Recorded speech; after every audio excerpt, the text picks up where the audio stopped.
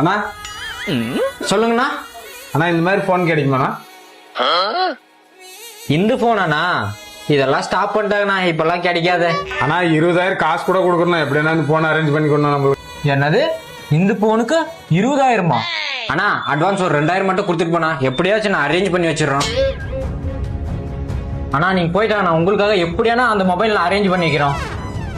அண்ணா சொல்லுங்கண்ணா.